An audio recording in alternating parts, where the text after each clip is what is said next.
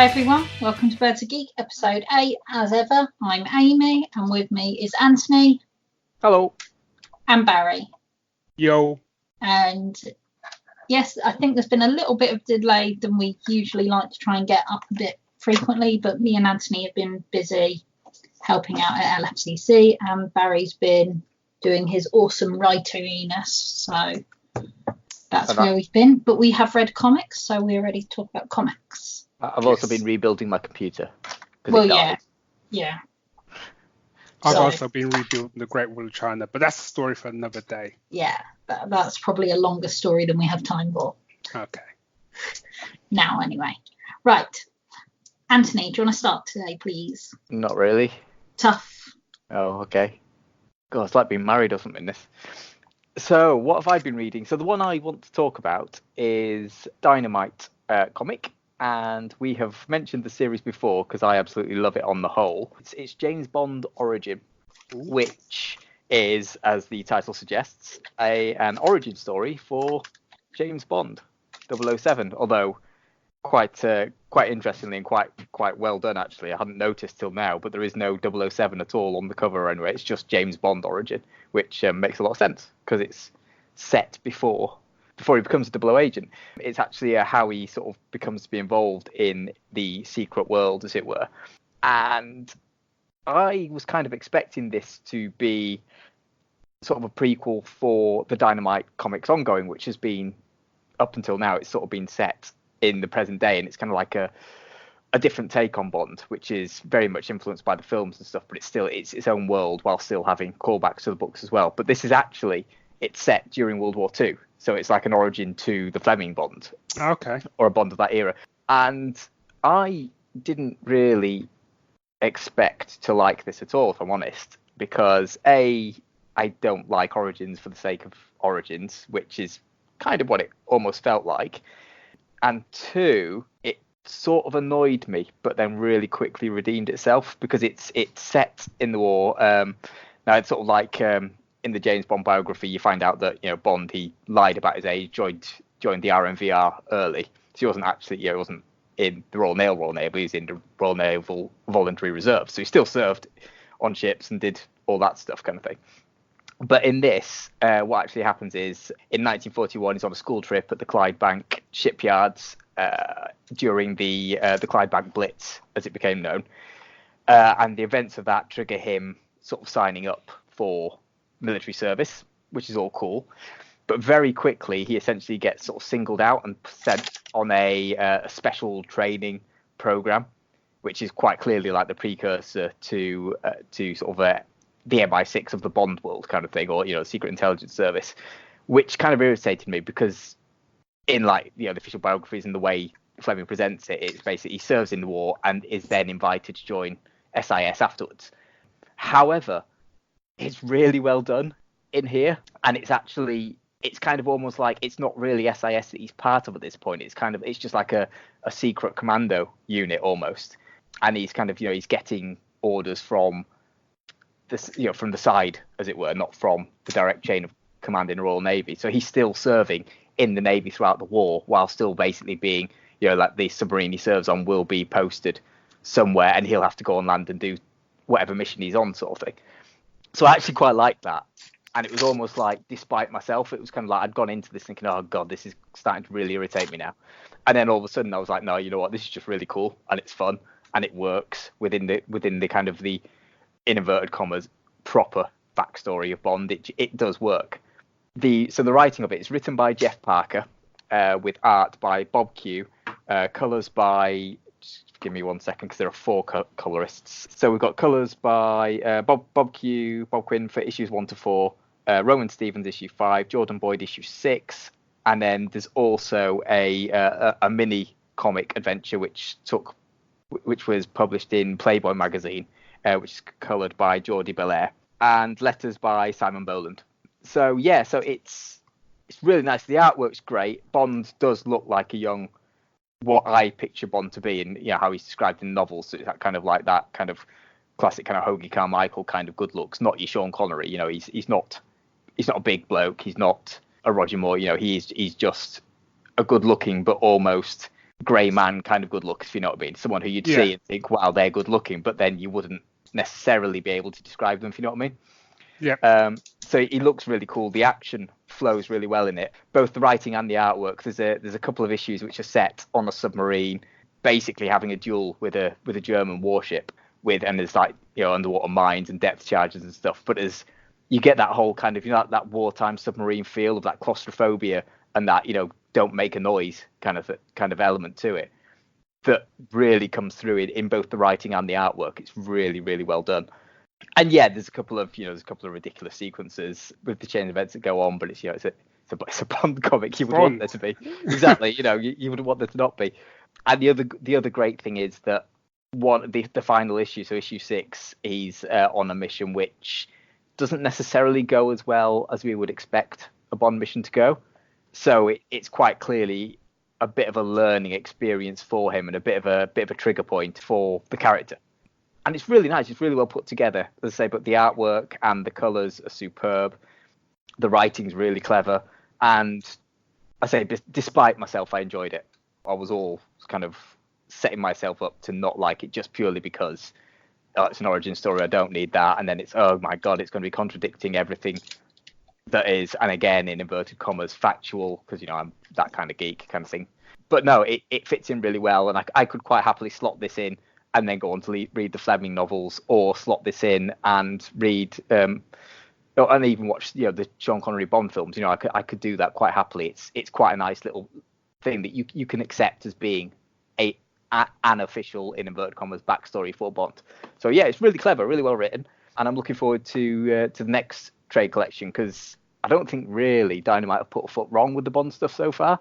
But yeah, no, James Bond Origin, I highly recommend it for fans of wartime stuff, of historical, of spy stuff, of war stuff, and, you know, general James Bond fans, to be honest, whether you read comics or not. It's a solid starting point for the character. Cool. Barry, do you want to talk about yours? Yeah, I can do. So, a little bit like Ant, really. I don't even know how I stumbled across this comic. I really don't know. I was looking for something pulp adventure to read, because I always am, and it always seems to be, it's quite hard to sort of find stuff like that sometimes. And then I stumbled across this title, and I thought this title's never going to live up to whatever this comic's about. So the title is Rocket Robinson and the Pharaoh's Fortune. It's written by Sean O'Neill, the art's by Sean O'Neill, and the cover's by Sean O'Neill, which makes it really easy from my perspective. And this is from Dark Horse, and it's sort of billed as something for middle grade readers. So the age range that it's saying is 8 to 12, but effectively it's an all ages title. And as we were talking before we recorded, I'm currently trying to write a middle grade novel in a similar sort of vein. So for me, this was a no-brainer that I thought I want to check this out. The blurb is, Book 1, Robert Robinson, The Pharaoh's Fortune, is set in the Egyptian capital of Cairo in 1933. Rocket, along with his monkey sidekick, tries to unravel the mystery of a hidden ancient treasure located somewhere in the ancient city. Along the way, he befriends Neill, who shows him the secrets of Cairo's subterranean world. Before long, they encounter master criminal Otto van Stum and his bloodthirsty henchmen who will stop at nothing to find the treasure. So, as I said, it's an all ages sort of read, and I'm always on the lookout for that sort of stuff to recommend as well. I would say that this is basically Tintin meets Indiana Jones. And given the fact Tintin was the comic that kind of got me into comics way back when I was a kid, that's probably, pairing that with Indiana Jones is really no high praise that I can give it. Yeah, I kind of don't think you need to say anymore. Yeah, it was. I mean, I blitzed through it. I mean, I think there's another volume. I don't know if it's out yet or not. I absolutely loved it. For me, I don't know if you ever watched the Young Indiana Jones TV series. I watched bits. Yeah. I wasn't an avid viewer, but yeah, I watched bits. So for me, when they first announced that, I thought it was going to be brilliant. And when I actually watched it, it just wasn't what I was expecting. I know what they were trying to do, and in a lot of ways it was good, but it just wasn't what I wanted. What I wanted was a young version of Indiana Jones running around, dodging traps, having adventures, and that's not what I got, like a history lesson. Whereas with this, you get effectively a 12-year-old Indiana Jones running around Egypt with his friend Nuri and the cleverest monkey in the entire world, and just having just amazing adventure, this sort of treasure hunt. And it's fantastic. It's so much fun. But underneath all of that, there's a lot of facts in there. There's a lot of stuff about Egypt that I learned. So there's times it almost veers into like an educational book. But what's really clever is just before it goes a bit too far, Sean brings it back. You know, That's good then. Yeah, and there's a whole sequence. I don't want to sort of give the game away a spoiler, but there's a whole sequence where they've got to decipher like a puzzle or like a secret code, and it's set up quite well because in the story, Rocket's dad is a diplomat, so he's kind of used to sort of secret codes and all that sort of stuff, and he's done them with his dad. And they kind of explain ciphers and explain, like even going as far as explaining what the Rosetta Stone is, and he takes you through how they decipher it, and it's brilliant. It's brilliant because you can, especially if you're reading it with a kid, they can follow along as well. Yeah, the art's really good. There's a couple of rough edges, but to be honest, as you go through it doesn't matter. It blurs, and there's some really nice touches of movement throughout it. There's really good facial animations on on Rocket and Nuri as well, and the monkey, which is quite difficult to make a monkey. That there's a couple of times where I thought the monkey wasn't going to make it, and I was genuinely gutted. Do you know what I mean? So is the monkey descended from Abu, from Aladdin? Well, you see, I really want to talk to Sean about this because I think it's really difficult to do a homage to any Indiana Jones film and for it just not to be just a complete rip-off. Mm.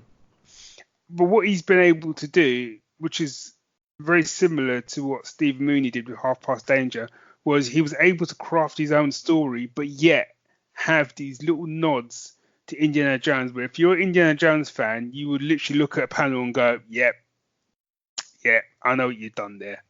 Or there's a little bit of dialogue where you go, yep, I know where you've got that from, but you just slightly worded it just so it's different enough, but I can see what you're doing.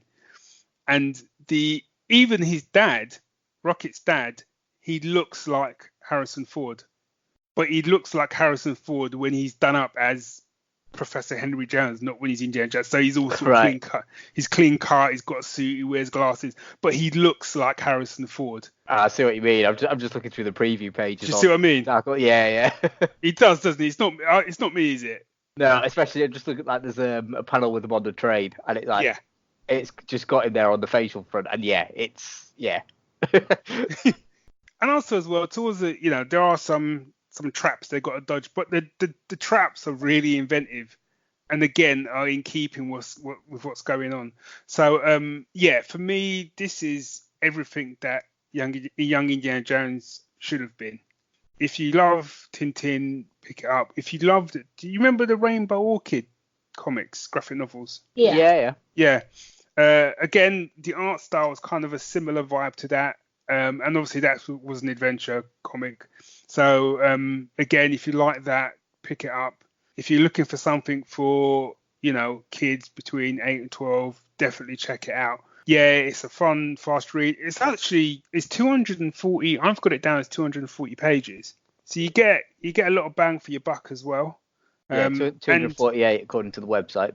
Yeah, and I think Amazon was selling it for like $3 or $4. Okay. No. On Amazon, it's for the Kindle version. It's £3.94. I mean, do you know what I mean? That's nothing. Yeah. That's a lot of pages for your money. Yeah, and it's split into chapters. So again, I'm really gonna geek out now. Going way back in the day when I used to watch the old Republic serials that used to come on BBC Two, that were like the Flash Gordon and all those sorts of black and white ones. They always used to have them split into chapters. Mm. which is obviously where George Lucas got the idea to do it with Star Wars. And he does a similar thing where it's split into chapters as well. And I quite like that. So you could kind of, which is what I was doing. I was kind of reading to the end of the chapter and then stopping and then sort of coming back a couple of days later to sort of go, okay, where am I now? So if you couldn't tell, I quite like this comic. So I'm gonna pick up book 2 probably as soon as this episode's finished. Cool. So I've read a single issue, unlike you two. Well, I've got 2 things, and if we've got time, I'll talk about my other one. But first of all, I want to talk about a single issue, partially because issue 2 comes out tomorrow. So even though it will be late, it won't be tomorrow when you lot hear this. Issues 1 and 2 will be available for you by the time you hear this. So I read Blade Runner 2019 issue 1. I'm a massive Philip K. Dick fan. I've read a lot of his stuff, and Blade Runner is one of my favourite films. And while it's nothing really like Do Androids Dream of Electric Sheep, it's got the same feel to it, and I love the cinematography of it. And I was left really empty by Blade Runner 2049. That whole film, it had the right look, it had the right sound, but the story just didn't feel right. So I kind of wanted to take this just to see if this would fill that Blade Runner shaped hole that I kind of had. So I'm going to have to read a blurb now, and we all know how well that goes. Early in the 21st century, the Tyrell Corporation advanced robot evolution to the Nexus phase, creating artificial beings virtually identical to humans known as replicants. Superior in strength and agility, the replicants function primarily as off-world slave labour or in hazardous, high-collateral combat situations. After the replicants were declared illegal, special police operatives called Blade Runners had their orders to kill or retire any trespassers on detection. Detective, I can't pronounce this, Ashina of the Los Angeles Police Department was one of the first to qualify for the assignment. Her colleagues called her Ash. She was the best of them, Los Angeles 2019. So it's set in the same time and same place as Deckard from the film. Okay. So that really kind of interests me, because it's like we see his story, but what else was going on? And this is obviously another Blade Runner and her hijinks that was going around. Well, not really hijinks.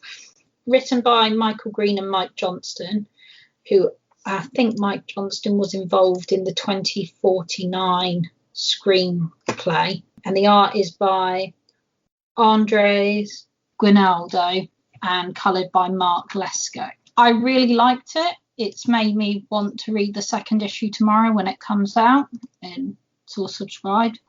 The art style was what I expected and what I hoped for that it would be, so it all kind of fit.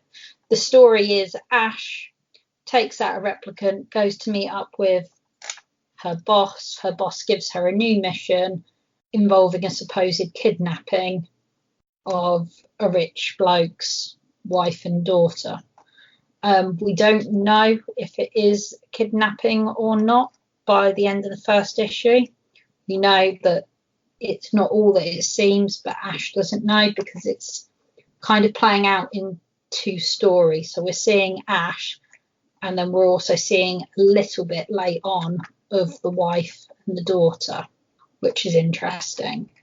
I really like the character of Ash. At the end, there's kind of a little twist about something that I really didn't expect to see. And anyone who knows about characters I like and stuff, when you see that twist, it's like, oh yeah, obviously I like her because she relates quite closely in style to another character I like, which I know I'm vaguing, but read it and you'll find out. But it's really good, and it's the pace of it was slow like the film, but fast enough so I didn't get bored.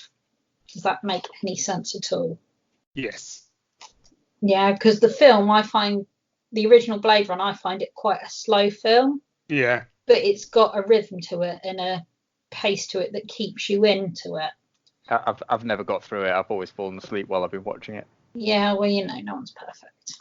But it's because I always watch it late at night because I'm an idiot. Because it's always on late at night, or that's when I want to watch it, when it's like 10:30 at night, and I'm like, I'm just going to stay down and watch Blade Runner, and then you've given up trying to watch it with me. But I really enjoyed the story. The art was exactly what I liked. I would like to see more of the artists' drawings of the city, of the Los Angeles cityscapes. I'm hoping that I kind of see more of that. I haven't met anyone really that I can think of that I've seen in the original film, but on the first cover the shadow is clearly Rachel, Tyrell's replicant. Okay. So it's Ash in the foreground, but the shadow is clearly Rachel because it's got the cigarette and the Victory Rolls hairstyle, but she's not in it yet. But everything leads back to the Tyrell Corporation. So I really enjoyed it, and like I say, I've got it subscribed, so issue 2 drops into my emails tomorrow, and I'm looking forward to seeing how this arc plays out, because I believe it is an ongoing rather than a mini series. Yeah. So that's that. Have we got time to talk about my second book? We can, but before you do, the letterer was Jim Campbell. Thank you. So my second book I picked up at London Film and Comic Con, and it's Great Lives, Marie Curie, which is a graphic history of the world's most famous female scientists. Now I'm going to butcher some names. So it's written by Agnieszka Biskup and illustrations by Sonia Leong. Now, I am a massive Marie Curie fan. Marie Curie and Ada Lovelace are my two idols, and I pretty much know lots about them. I've read biographies and everything. So I was really interested to read this because it's published by BES. So it's while it's a graphic novel, it's a small kind of paperback format. So it's not aimed at graphic novel readers, in my opinion. I think it's more aimed at like school libraries. So it would have been very easy to gloss over some of the fun facts about Marie Curie, like the fact she had an affair, or the fact that she was a hopeless romantic, or the fact that everyone seems to miss that she invented these amazing mini X-ray machines that she went around with to help Frenchmen on the front lines of war. And this, even though it's quite a small book, this has everything about her in. And the art style by Sonia was really nice, and Sonia's someone I associate with the manga Shakespeare line. Yeah. And while this had a slight manga style to some of the characters and some of the faces, it's not manga in art style. It's more of a Western art style. But I absolutely adored the book. I read through it pretty quickly for me, because it did a great thing about not only explaining Marie Curie, but also explaining the science and why her science is so important. So all of her work on radiation and polonium and radium, and also went to explain what was going on in Poland at the time, where she's from, what was going on in France. And unlike your book, this is educational. In my opinion, it's a very educational book because it covers so much. But if you read this and you don't think Marie Curie is the baddest real life superhero we've ever had, then you have no soul. Because this book it's harsh, but this book is brilliant, and it really does explain everything that was amazing about this woman. There's not. She was the first woman to defend her doctorate. She was the first woman to win a Nobel Prize. The Curie family have more Nobel Prizes than any other family in history. So, yeah, I get very passionate about Marie Curie, and this book was just condensed some, because I've read some really quite big biographies, and it condensed all the important stuff in a way that made it really interesting to read. And what I liked is a massive chunk of it getting on for almost half of it covers her before she even met Pierre, her husband. So it really went into her as a student and her as a young woman. And whereas a lot of things pick up when she starts working with Pierre. And so they miss a lot of what she does beforehand. But yeah.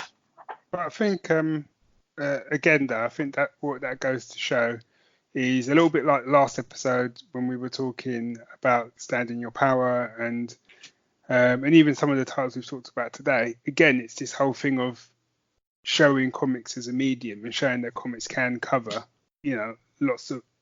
cover lots of ground, really, cover lots of different areas. Yeah. Yeah, it's funny. People think of comics as a genre, and it's not. It's a medium. It's an art form. And it's as valid, if not more valid, than film, novels, any kind of prose, any kind of poetry, or anything. It's as valid a storytelling medium as any of that. Yeah. And it does cover all the bases. And I think we've covered all the bases tonight because we've got sci-fi, we've got pulp, history. So I think we've done a good roundup. We haven't done much romance though. There's kissing in the James Bond one at one point. There you go. There we go. Covered. Sorted. Done. Jobs are good. Right. Shall we wrap it up here then tonight, gentlemen? Yeah. Put it in a nice little bow and we'll post it. Stick a fork in it. It's done. Okay. So thank you, everyone. We will talk to you again at some point. I'm not going to say soon because I can make no promises. But have fun, read comics. Please reach out to us on social media. Let us know if there's anything you think we should be reading. And yeah, that's all. Bye. Cheerio. Keep reading. Laters.